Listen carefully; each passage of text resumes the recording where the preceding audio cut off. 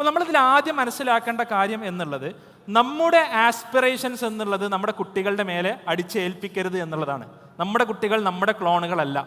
നമ്മൾ ജീവിച്ചിരുന്നൊരു കാലഘട്ടമല്ല. അപ്പോൾ ഞാനൊക്കെ പണ്ട് അങ്ങനെ ആയിരുന്നു, എന്താ ഓൻ അങ്ങനെ ആയാൽ, അല്ലേ, എന്താ അവൾക്ക് അങ്ങനെ ആയാൽ, അല്ലേ, ഞാൻ ഡോക്ടറാണ്, എൻ്റെ കുട്ടികളും ഡോക്ടർ ആവണം, അല്ലെങ്കിൽ ഞാൻ എഞ്ചിനീയറാണ്, അവർ ചിലപ്പോൾ ഡോക്ടർ ആവാം, ചിലപ്പോൾ എഞ്ചിനീയർ ആവാം, എന്തോ ആവാം. അല്ലെങ്കിൽ നമ്മുടെ പല സ്വഭാവ വിശേഷങ്ങളും ചിലപ്പോൾ അവർക്ക് ഉണ്ടാവാം, ഇല്ലാതിരിക്കാം. നമ്മളെ കണ്ടിട്ട് അവർ പല കാര്യങ്ങളും പഠിക്കുന്നുണ്ടാവാം, പഠിക്കാതിരിക്കുന്നുണ്ടാവാം, അവരുടെ ജനിതകമായിട്ടുള്ള പല കാര്യങ്ങളും ഉണ്ടാവാം. അപ്പോൾ ഇത് കൃത്യമായിട്ട് ഉൾക്കൊള്ളാനും തിരിച്ചറിയാനും നമ്മളെ സംബന്ധിച്ചിടത്തോളം സാധിക്കണം എന്നുള്ളതാണ് ഇതിൽ ആദ്യത്തെ കാര്യം. ജനറേഷൻ കംപ്ലീറ്റ്ലി ഡിഫറൻ്റ് ആണ്.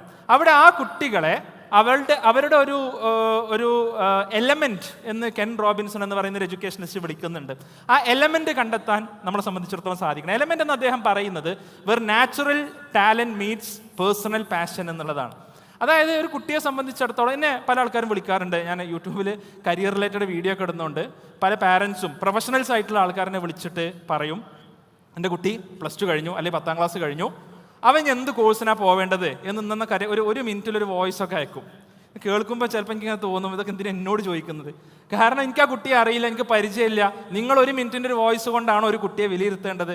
15 കൊല്ലം അല്ലെങ്കിൽ 16 കൊല്ലം ആ കുട്ടിയുടെ കൂടെ ജീവിച്ചിട്ട് ആ പാരൻസിന് മനസ്സിലാവാത്ത കാര്യം എനിക്കെങ്ങനെ മനസ്സിലാവുക? അല്ലെങ്കിൽ വേറെ ഏതെങ്കിലും ഒരു കരിയർ കൗൺസിലർക്ക് എങ്ങനെ മനസ്സിലാവുക?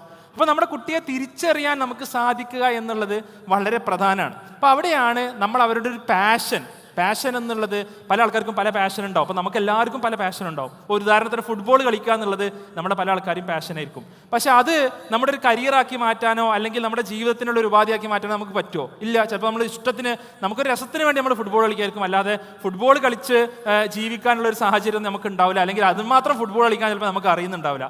അതേപോലെ തന്നെയാണ് കുട്ടികളും.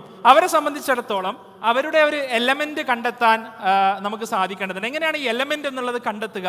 ഒന്ന്, അവരുടെ ഒരു നാച്ചുറൽ ആപ്റ്റിറ്റ്യൂഡ് ഓർ സ്കില്ലാണ്. അവർ സ്കിൽഡ് ആയിട്ടുള്ള ഒരു കാര്യം ഉണ്ടാവും, അവർക്ക് നന്നായി ചെയ്യാൻ അറിയുന്ന ഒരു കാര്യം ഉണ്ടാവും. ഇത് കണ്ടെത്തണം എന്നുണ്ടെങ്കിൽ പല മേഖലകളിൽ, പല ഏരിയകളിൽ കുട്ടികൾക്ക് കൃത്യമായിട്ടുള്ള ഒരു എക്സ്പോഷർ കൊടുക്കാൻ നമ്മളെ സംബന്ധിച്ചിടത്തോളം സാധിക്കേണ്ടതുണ്ട്. പല പ്രൊഫഷനിലുള്ള, നമ്മളെ തന്നെ പരിചയത്തിലുള്ള പല പ്രൊഫഷനിലുള്ള ആളുകളുമായിട്ട് കുട്ടികളെ നമുക്ക് സംസാരിപ്പിക്കാൻ സാധിക്കും.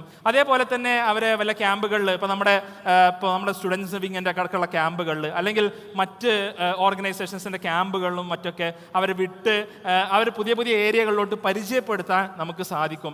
ഈ പരിചയപ്പെടലുകൾ ഇല്ലാത്തതാണ് പല കുട്ടികളുടെയും പ്രശ്നം. അവർക്ക് മനസ്സിലാവില്ല അവരെവിടെയാണ് ബെറ്റർ എന്നുള്ളത്.